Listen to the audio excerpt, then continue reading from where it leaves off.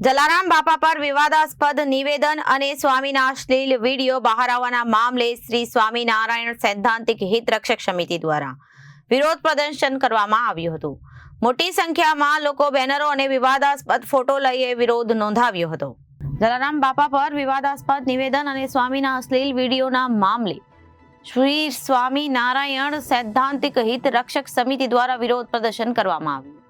મોટી સંખ્યામાં લોકો બેનરો અને વિવાદાસ્પદ ફોટા લઈ વિરોધ નોંધાવ્યો હતો।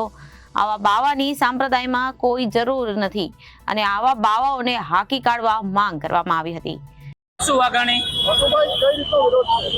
સ્વામિનારાયણ સંપ્રદાયની અંદર બાવા બહુ બધા ધંધા કરી રહ્યા હોય, જે સંપ્રદાયનો સનાતન ધર્મની જ્યાં ગમે ત્યારે ખોદણી કરતા હોય, સૃષ્ટિ વિરુદ્ધના કરતા હોય, ચલણી નોટો છાપતા હોય, આવા બાવાને સંપ્રદાયમાં જોતા નથી। એને હાંકી કાઢવા માટે અમે સત્સંગી એક થઈ અને આંદોલન ચાલુ કર્યું છે।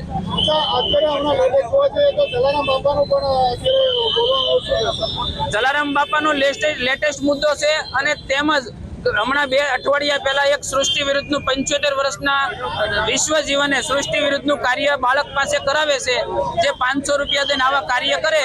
સંપ્રદાયની અંદર આવા બાવાની જરૂર નથી। તો બીજી બાજુ સ્વામિનારાયણ સાધુની જલારામ બાપા પર થયેલી ટિપ્પણી મામલામાં જલારામ બાપાએ ગુણાતીતાનંદ સ્વામી પાસે આશીર્વાદ લીધા। ટિપ્પણી મામલો નિવેદન બાદ જલારામ બાપાના ભક્તોમાં રોષ જોવા મળ્યો હતો। જલારામ બાપાના મંદિરે સ્વામી માફી માંગવા આવે તેવી માંગ કરવામાં આવી હતી। મંદિર બંધ હાલતમાં જોવા મળ્યું હતું। મંદિરમાં સ્વામી નહીં હોવાની વાત પણ સામે આવી છે।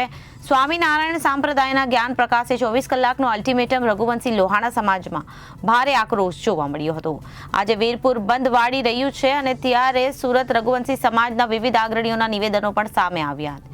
કહેવાતા જ્ઞાન પ્રકાશને આવી રીતે માફી નહીં મળે, કારણ કે જલારામ બાપા કોઈ એક સમાજ ઉર્જા જ નહીં પરંતુ વિશ્વભરના જલારામ ભક્તોમાં બારોબાર રોજ જોવા મળી રહ્યો છે અને આવા બેફાટ કરનાર સ્વામીને બરતરફ કરવાની માંગ કરવામાં આવી રહી છે।